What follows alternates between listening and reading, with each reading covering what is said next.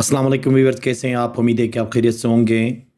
उर्दू ज़बान में अक्सर हम ऐसे जुमले इस्तेमाल करते हैं जैसे कि पढ़ते पढ़ते वक्त का पता ही नहीं चलता, खेलते खेलते वक्त का पता ही नहीं चलता, गाने सुनते सुनते वक्त का पता ही नहीं चला। अब इसमें देखें ना, वक्त का पता ही नहीं चला मतलब वक्त ऐसे गुजरा कि पता ही नहीं चला। तो ऐसे जुमलों को हम इंग्लिश में जब ट्रांसलेट कर रहे होते हैं तो वो कौन सा फ्रेज़ है जिसके ज़रिए हम इनको आसानी से ट्रांसलेट कर सकते हैं। तो आइए पढ़ लेते हैं। देखें, वक्त का पता नहीं चला या वक्त का नहीं पता चलने को हम क्या कहते हैं? टाइम फ्लाइज का फ्रेज़ इस्तेमाल करते हैं।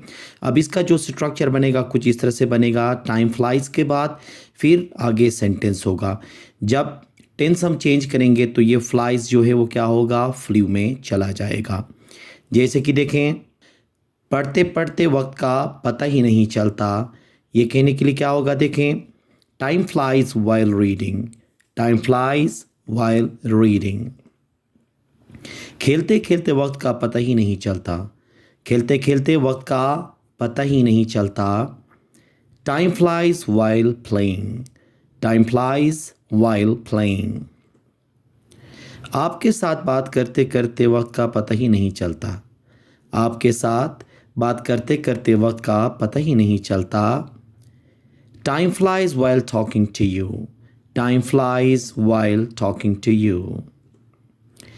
गाने सुनते सुनते वक्त का पता ही नहीं चला, गाने सुनते सुनते वक्त का पता ही नहीं चला। आप देखें ना, ये माजी का टेंस है तो यहाँ पे क्या होगा? देखें, time flew while listening to songs, time flew while listening to the song मतलब यहाँ पे फ्लाइज का क्या हो गया? सेकंड फॉर्म इस्तेमाल हो गया। होमवर्क करते करते वक्त का पता ही नहीं चला, होमवर्क करते करते वक्त का पता ही नहीं चला, time flew while doing homework, time flew while doing homework. तो जहाँ कहीं पे भी वक्त का पता नहीं चला कहने के लिए हम क्या इस्तेमाल करेंगे? टाइम फ्लाइज का इस्तेमाल करेंगे। टेंस चेंज हो गया तो क्या होगा? फ्लाई अपना फॉर्म चेंज कर लेगा। तो ऐसे जुमले हम अक्सर रोज़मर्रा ज़िंदगी में इस्तेमाल करते हैं। तो इनको जब अंग्रेज़ी में ट्रांसलेट करना हुआ तो इस स्ट्रक्चर के मुताबिक हम आसानी से कर सकते हैं। उम्मीद है कि आज का ये लेक्चर आपको पसंद आया होगा। Thank you very much.